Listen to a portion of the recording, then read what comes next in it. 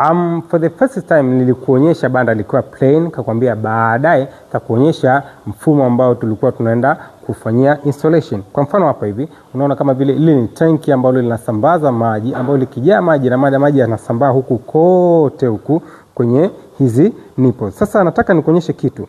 Kuku wa siku moja anakunywaje maji? Unajua kifaranga by nature, kuku by nature ni mdadisi. Kwa mfano ukipita karibu na kuku ukampitisha kidole hivi, anadonoa kucha pap, anaangalia nini hiki. Kwa hiyo kifaranga siku moja naye anadonoa hapa. Kuna hiki kisilver, akidonoa tu ataona automatically maji yanashuka, na hapo ndipo atakapogundua kwamba hii ndio sehemu ambayo inatoa maji. Sasa hapo utaona pako juu, lakini hii ni egg kwa ajili hapa unashusha.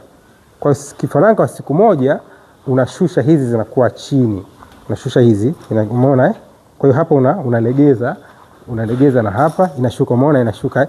Kwa hiyo kifaranga unapandisha namna kuku wanavyokuwa. Hizi ni egg, na hii hapa unavyoona hii ni double lock ambayo inashikilia chuma na bomba. Bomba lazima ishikiliwe na chuma ili, kwa sababu bomba inabeba maji ili isipinde pinde.